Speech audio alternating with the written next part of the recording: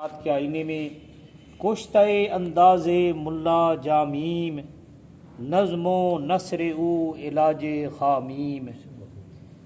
شعر یہ لکھے ہوئے کشتہ انداز ملا جامیم، انداز ملا جامی، نظم و نثر او علاج خامیم. عالم اقبال بھی لکھا. راضی ہو جامی ہو غزالی ہو وادی ہو، کچھ ہاتھ نہیں آتا بے آہ سحرگاہی. شعر لب ریز معانی گفت است، در ثنائے خواجہ گوہر صفت است. بڑے نسخہ کونین را دیباچہ اوست، جملہ عالم بندگانو خواجہ اوست. اقبال. اہل محبت نے بارگاہ رسالت میں ہدیہ عقیدت و محبت پیش کرنے کے لیے کئی انداز اختیار کیے. کسی نے نعت کے گلدستے پیش کیے، کسی نے منقبت کے موتی لٹائے، کوئی تعریف و توصیف کے پھول نچھاور کرتا گیا، کوئی درود و سلام کی بارشیں برساتا رہا. نعت و منقبت کے ہزاروں انداز اور ہر اسلوب پر لاکھوں زبانیں، کروڑوں کلمے ان اوصاف جمیلہ کو بیان کرنے میں وقف رہیں، مگر دفتر تمام گشت و بپایاں رسید عمر. ما ہم چنا در اول وصف تو ماندہ ایم. دفتر بھی کالے ہو گئے، عمریں بھی ختم ہو گئی، یہاں تعریفیں کر کر اسی سے پہلی گلا بیچے رہے. گاڑی پہلی صفت بھی بیان نہ ہوئی. نعت کی بے انداز صورتوں میں سرکار دو عالم صلی اللہ علیہ وسلم کی حیات طیبہ کے واقعات بیان کرنا بھی اہل محبت کی روحانی غذا رہی ہے. وہ ان واقعات کو وظیفہ جان بنا کر سناتے گئے. وہ ذکر حبیب کے رنگ میں اپنے انداز بیان کو زندگی جاوید بخشتے گئے. ما ام مدحت محمدم بمقالتی لیکن مدحت مقالتی بمحمدی.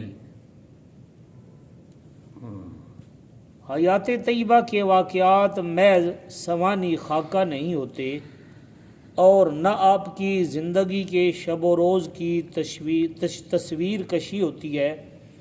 حقیقت میں حیات طیبہ قرآن پاک کی عملی تفسیر، قرآن پاک کی عملی تفسیر کمال و نجر غیر بھی من، مخالف بھی من. یہ جتنے بھی مخالف ہوں، یہ حضور دی شان دے مخالف ہوں، مغربی لوگ مغربی، لیکن حضور نو پہلا نمبر دے دیں دنیا میں چاہتے کہ بھئی اگر کوئی انسان، اگر کوئی اعلیٰ درجے کا انسان آیا تو حضور صلی اللہ علیہ وسلم مخالف بن دیں. مخالف گل تو ہونی چاہیے کہ مخالف بن دیں.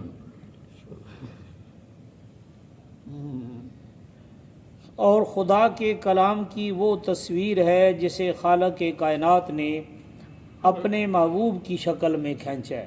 سنا ہے کوئی سارے اکٹھے ہوئے نا مغربی بڑے بڑے سائنسدان، بڑے بڑے سارے آخیا بھائی دنیا اول انسان جس انسان میں ساری صفت ہون، انسانیت دیا ساری صفت ہون، وہ لکھو وہ کون ہے؟ عیسائی ہے. عیسائی وقت بہ کے سارے نے محمد صلی اللہ علیہ وسلم، اور کوئی بندہ نہیں آیا.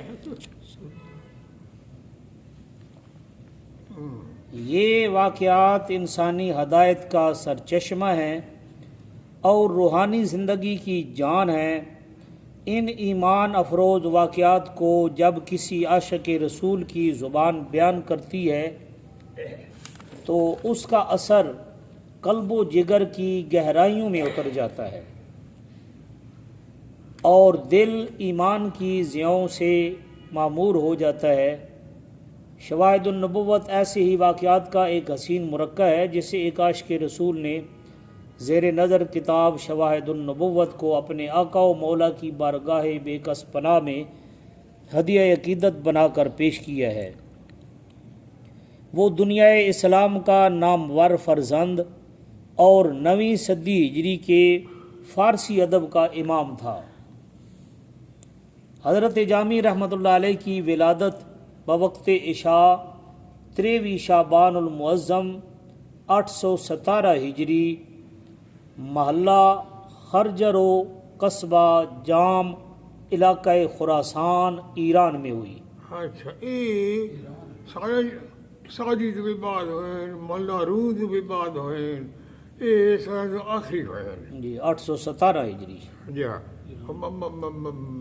مولانا روم کی بڑی تاریخ کی مصری ہو مولوی ہو مانوی حسن قرآن در زبان پہلوی وہ قرآن ہے مصری کتاب بڑی تعریف کی تھی۔ اچھا آپ کا لقب عماد الدین المعروف بنور الدین، اچھا اس میں گرامی عبد الرحمن اور تخلص جامی تھا۔ کیونکہ جام شہر جام رہنا للہ ہی جام شہر جامی بہت مولدم جامو رشخے قلمم جرع جام شیخ الاسلامی است لا جرم در جرید اشعار بدو مانا تخلصم جامی است۔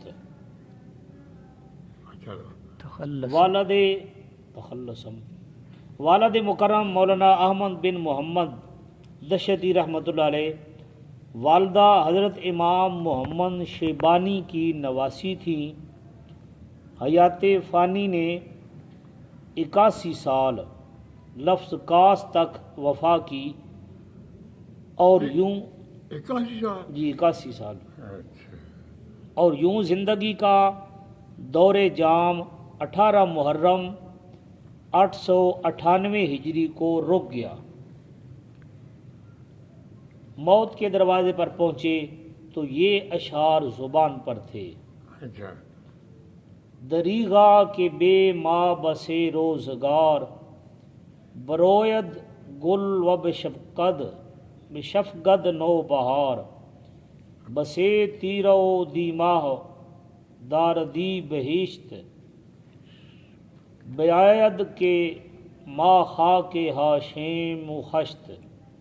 کالا مجا چھوڑے نا شعر بس تھوڑی ہے جی یہ شخصا جی تھی شعر۔ اچھا مزار پر انوار مزار پر انوار خیابان ہرات میں شہر ہرات سے 3 میل کے فاصلے پر ہے۔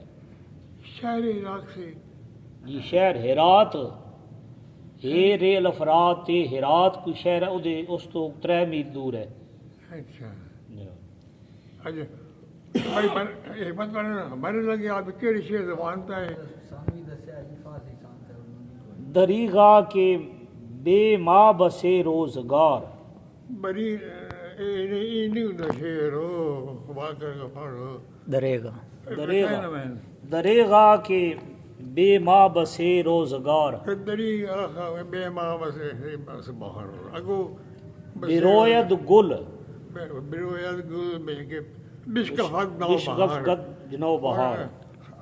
یہ زمانہ وچ اس بیچ بڑی بڑی نو بہاراں سن بڑے بڑے بندے سن پھول کھڑ سنو بہاراں سنو موجاں سنو سب کچھ ہو سی اگو بسے تیرو دی ماہ دار دی بہشت دی بہشت بس یہ تیر دی ماہ اروی بہشت بڑے بڑے چچے وساکھ ہو سن موسم سونے ہو سنو ایک بہشت دا رنگ بھی ہو سی لیکن اگو بیاید کے با خاک باشی مخش مخش یہ سب کچھ اسی لیکن اسی مٹی دی مٹی ہوئے پیسو سام دیکھو جی کارے تھوڑے شروع لیکن اسی مٹی دی مٹی کے اس انجڑ کے آدھی زندگی لائق آیا بس وہ ختم ہونے والی ہے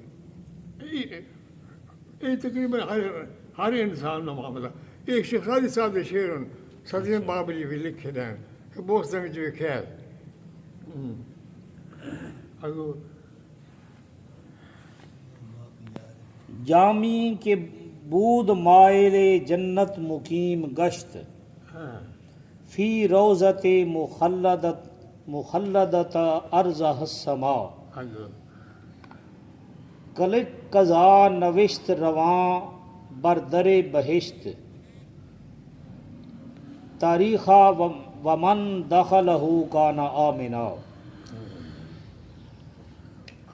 اچھا یہ تاریخ لکھی ہو سی نا جناب آپ جی قبر مبارک امن دخل کان آمنا ایسے جو آپ کی تاریخ ہے 898 ہجری.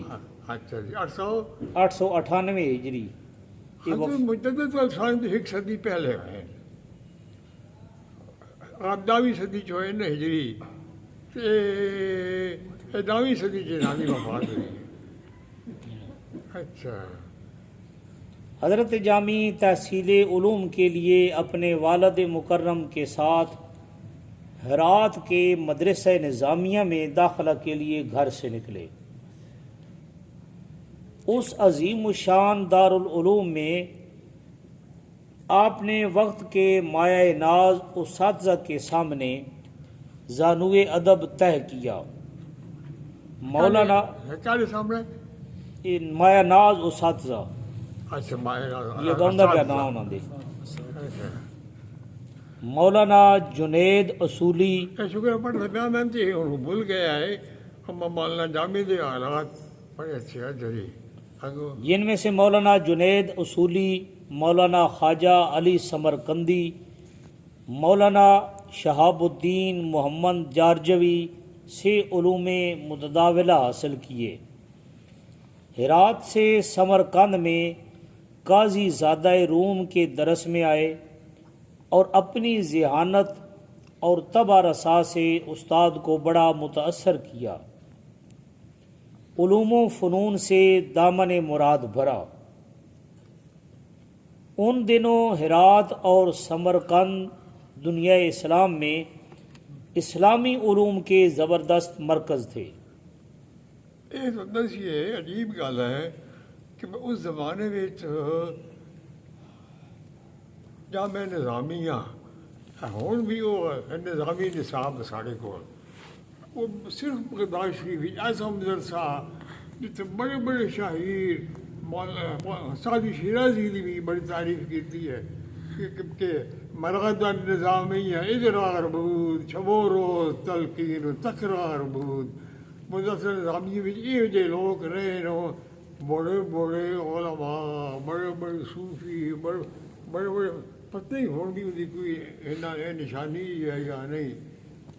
یہ تو پھر پڑھے ہوئے لوگ دنیا میں پھیلے پھر یہ دین کے مدرسے قائم ہوئے.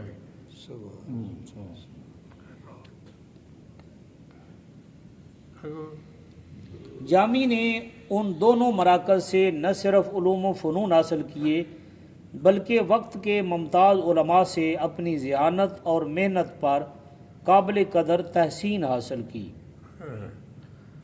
قاضی روم فرمایا کرتے تھے کہ جب سے شہر سمرقند بھرا ہے مولانا عبد الرحمن جامی جیسا ذہین اور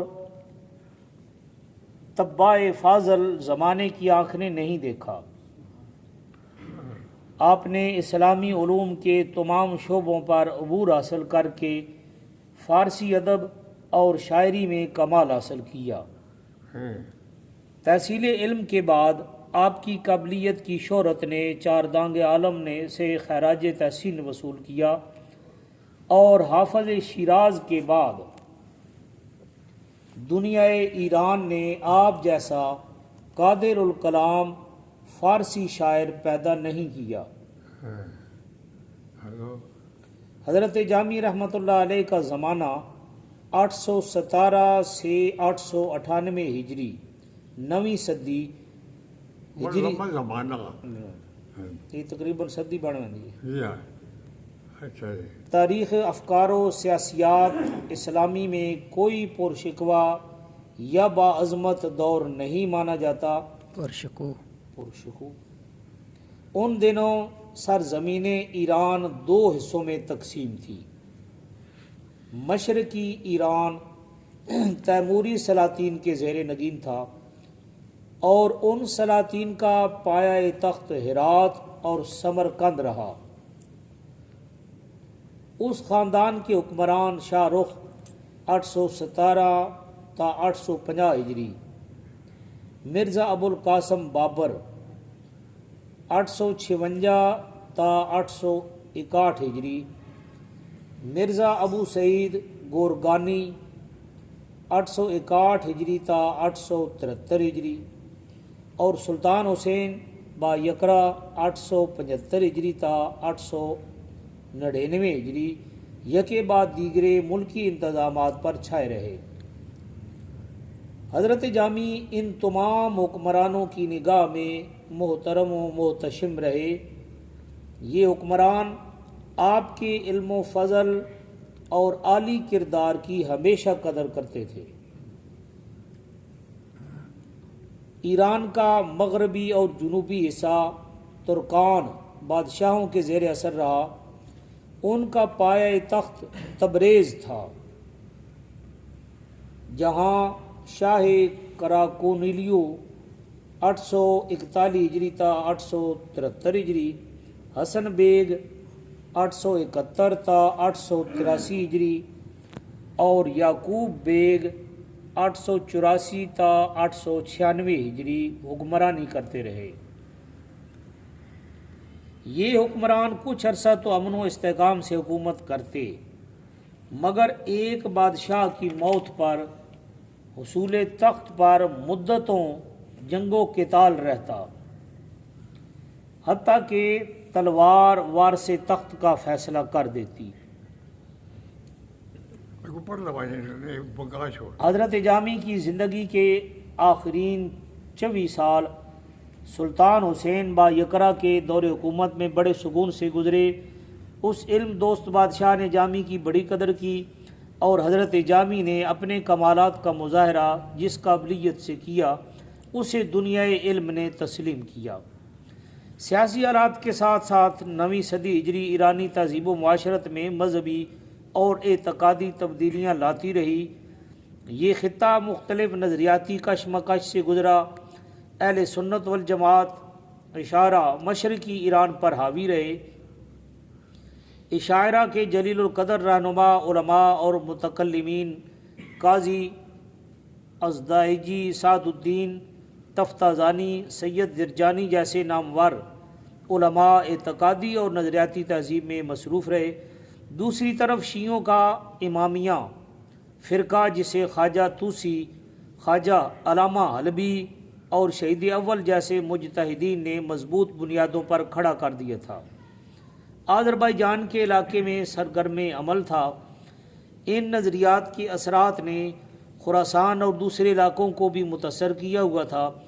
سلاطین کراکونیلو ابتدائے کار میں شیعی اعتقادیات سے بری طرح متاثر تھے۔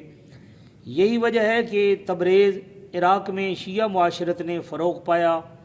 مغربی ایران کا شہر مشہد، سبزوار اور غورستان تو شیعوں کے مضبوط مراکز شمار ہوتے تھے۔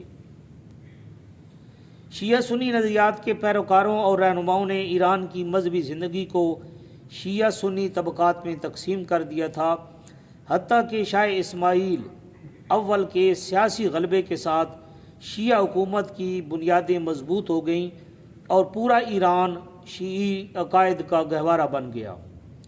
حضرت جامی کا زمانہ ان اعتقادی نشیب و فراز سے گزرتا رہا۔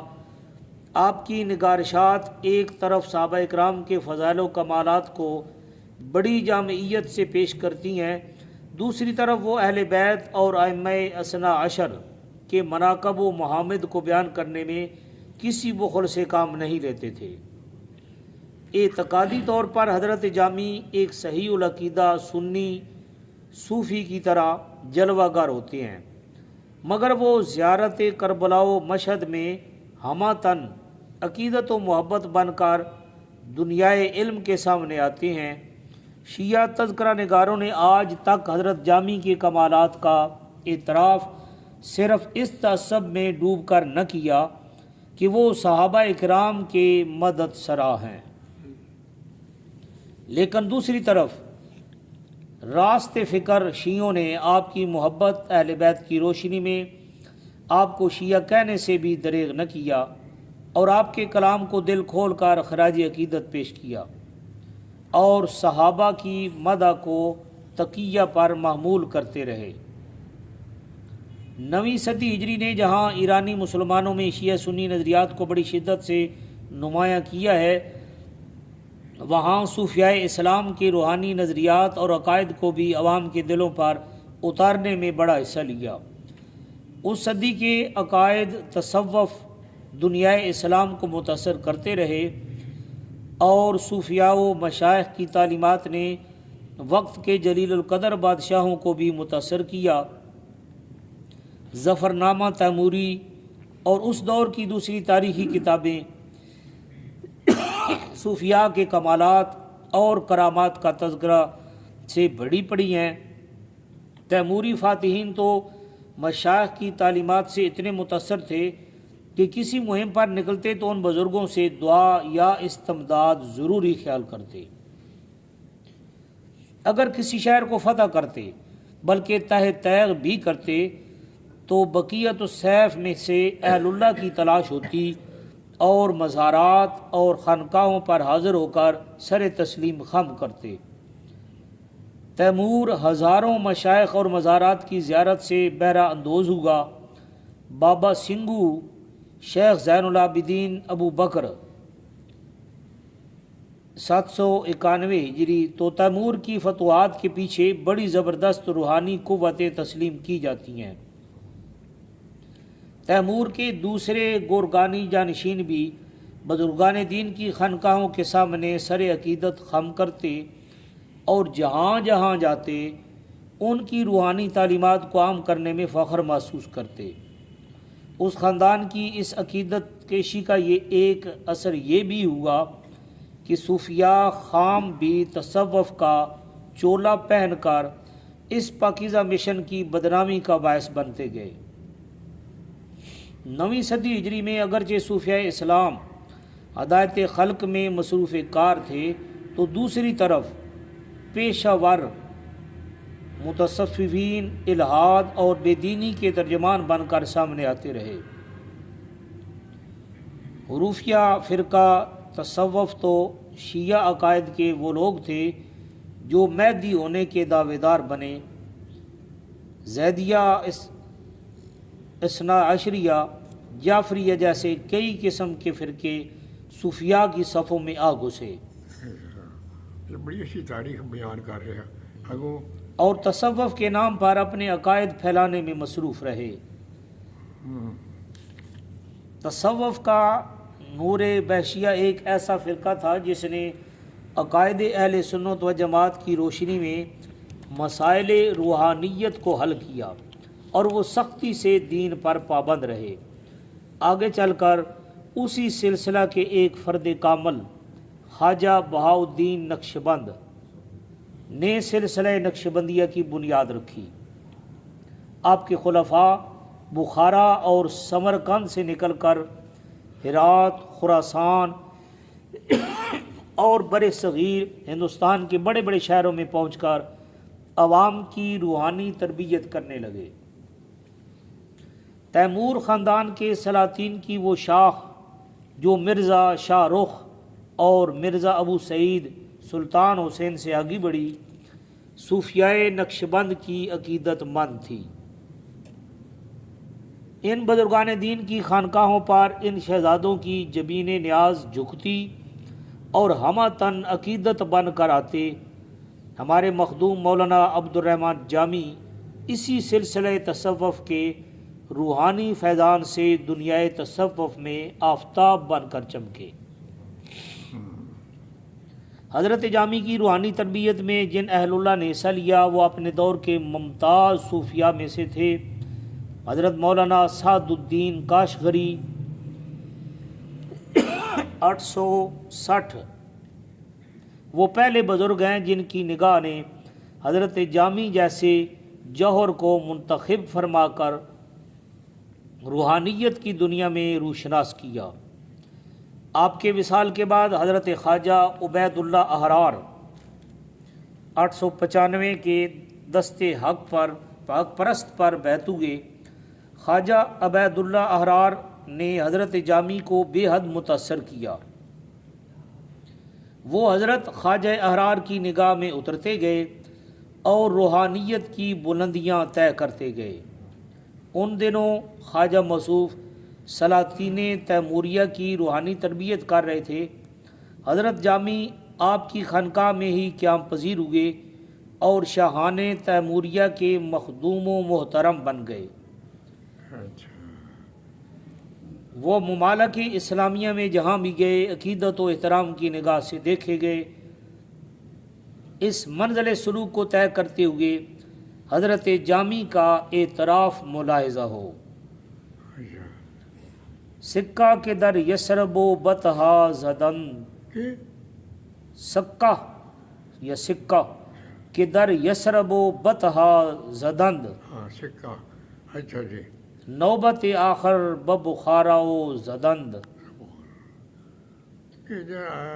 بلندی عجیب سکہ یہ دنیا میں مار کے اس دی اخیر واری تو بخارا اور سمرقند بچ آ گئی۔ از خطراں سکہ نشد بہرہ مند، از خطراں سکہ نشد بہرہ مند، جز دل بے نقش شہ نقش بند، تاج بہا بر سر دین او نہاد، کفل ہوا از در دین او کشاد۔ یہ بعد اللہ احرار دی انہیں لکھی ہے نا زلیخا میں جو صرف تو یہ پہلے شعر میں نے ایک شعر جاؤں گا۔ اچھا، زد بجہاں نوبت شہنشاہی، کوکبہ فقر عبید اللہ، عباد اللہ اخیر آ کے جس وقت نوبت پہنچی اس وقت اخیر عباد اللہ احرار تک اللہ کے ختم ہوئی۔ آنکہ ز حریت فقر آگاہ ہست، خواجہ احرار عبید اللہ است۔ یہ سلسلہ تصوف نقشبندیہ حضرت جامی کی روحانی تربیت کا مصدر و مرکز تھا۔ وہ لکھے جو فقر اندر لباس شاہی آمد و تدبیر عبید اللہ آمد۔ وہ کون اگا بات بتیرے ہوندے پھر شعر اور اچھا بڑی لمبی تھا ہے جی بڑی لمبی ہے۔ اچھا تصانیف